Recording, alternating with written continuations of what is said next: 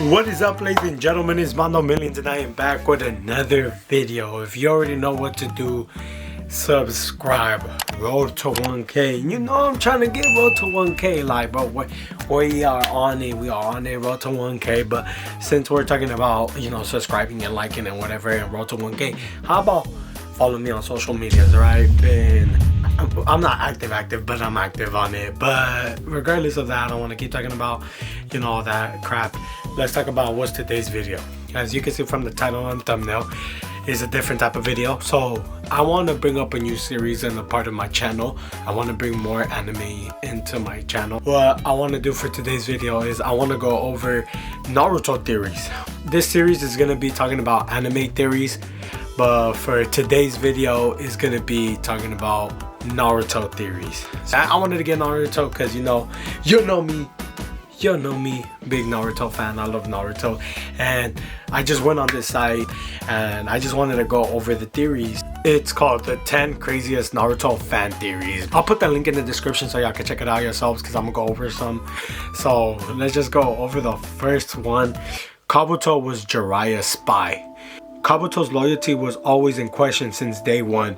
He was in Orochimaru's debt, but there were multiple reasons why he hated him as well. Kishimoto was probably toying with the idea of revealing Kabuto's status as a double agent until the final story arc revealed he was always loyal to Orochimaru. Yet somehow Jariah had advanced knowledge regarding how Akatsuki functioned. He even knew Orochimaru had switched bodies, information that was only available to Sasuke and Kabuto.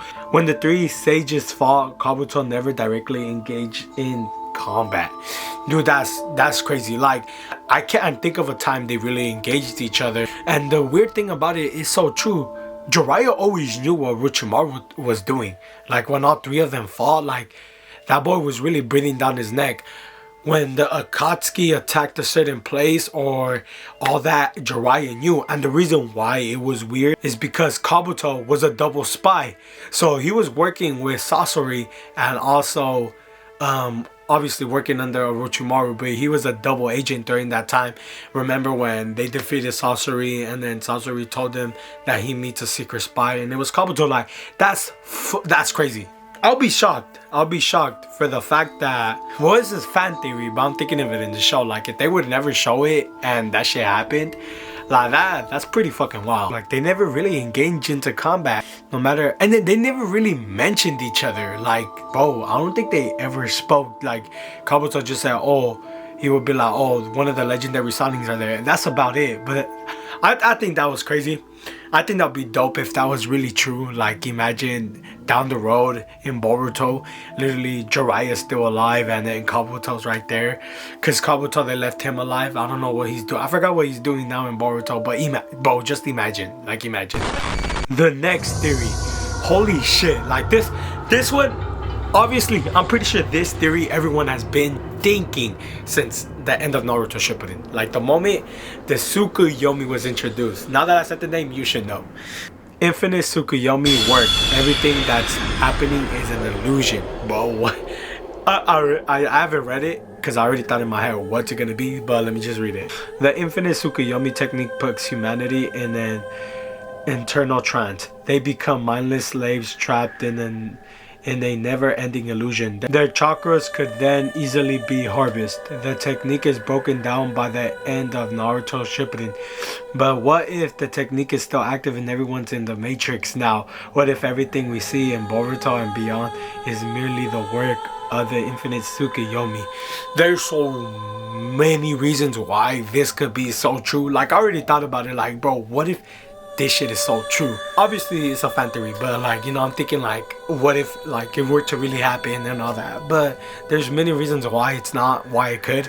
For instance, I feel like if it was real, Naruto would have ended up with Sakura and then Sasuke wouldn't leave the village. Like, that would have all been all put in Boruto, because this is Boruto's story, keep in mind.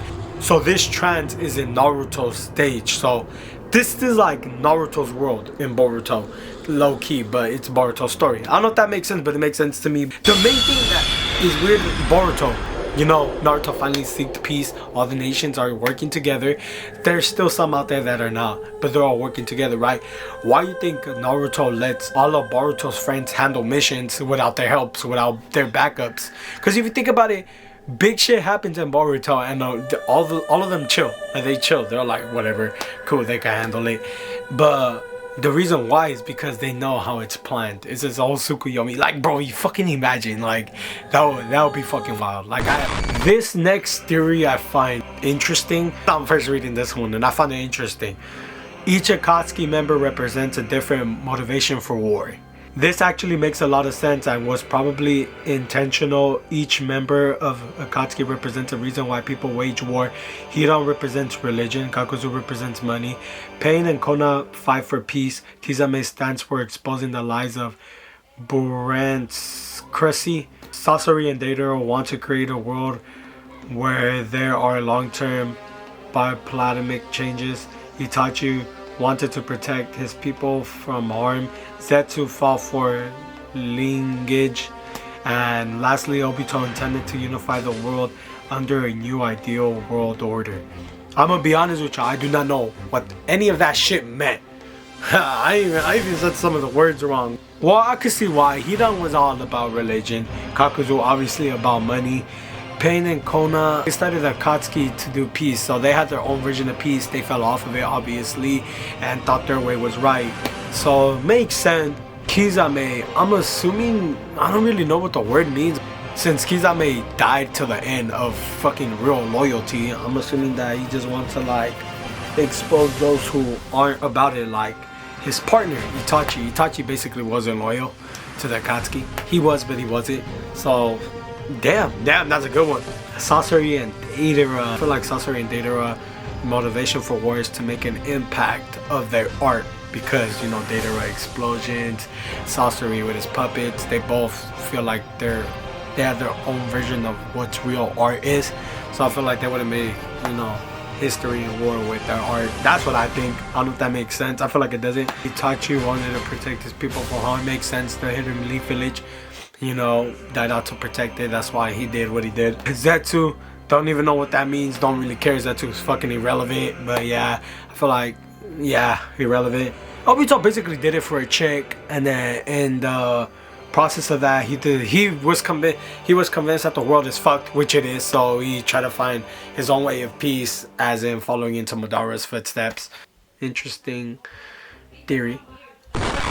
All right, there's one theories I'm gonna go over with. So this one is Jariah is still alive. I'm pretty sure everyone had this fucking theory, especially Boruto when this clone was introduced.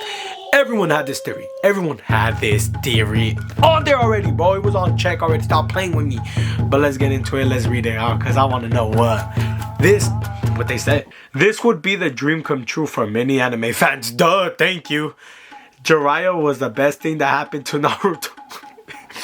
He really was. He was a mentor, a friend, and Naruto's closest confidant. You forgot father. He was like a father to him. I think so. He was seemingly killed at the hands of Pain in the Hidden Rain Village. Before dying, he had ample time to send a well-written message to all his allies, but somehow he did not have enough time to escape. This was led to fan speculation that Jariah might have played possum and escaped.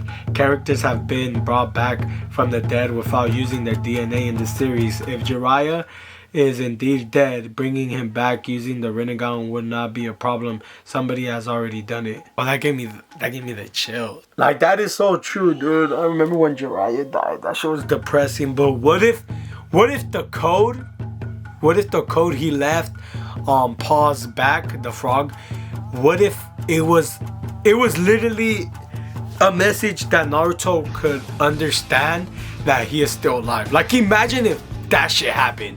Cause you're telling me that code, the real one is not amongst them or some shit like that. Like, nah.